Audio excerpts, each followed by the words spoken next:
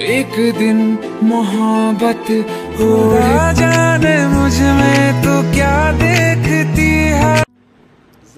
बॉलिवूड इंडस्ट्रीत येणं हे प्रत्येक कलाप्रेमीचं मोठं स्वप्न असतं.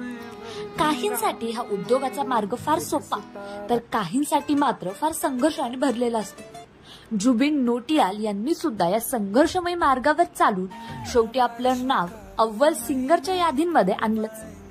जुबिन नौटियाल यांची गाणी तुटलेल्या हृदयावर मरहमीचं काम करतात. जुबिनची गाणी ऐकल्यानंतर ज्यांनी कधीही प्रेम केलं नसेल त्याला सुद्धा प्रेमाच्या वेदना जाणवू लागतात, असं त्यांच्या चाहत्यांचं म्हणणं आहे.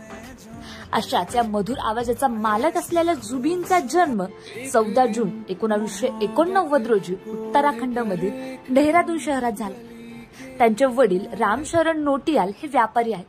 तसेच त्यांची आई नीना नौटियाल या सुद्धा एक बिझनेस वुमन आहे.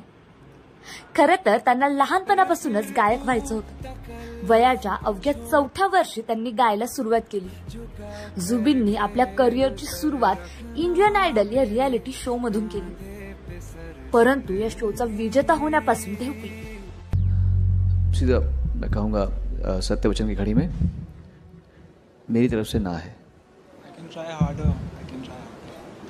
Whatever you're saying is everything is right, but ये मेरा बेस्ट नहीं था.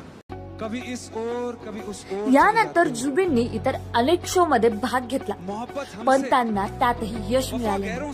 पण शेवटी सोनाली केबल मधील एक मुलाकात हो या गाण्याने त्यांच्या नशिबात चमकले. या चित्रपटानंतर त्यांनी कधीच मागे वळून बघितले नाही. प्रदीर्घ संघर्षानंतर जुबिनने एक मुलाकात मधून बॉलिवूड करिअरला सुरुवात केली. यानंतर हा ताफा पुढे सरकू लागला आणि तो यशाच्या पायऱ्या चढतच राहिला.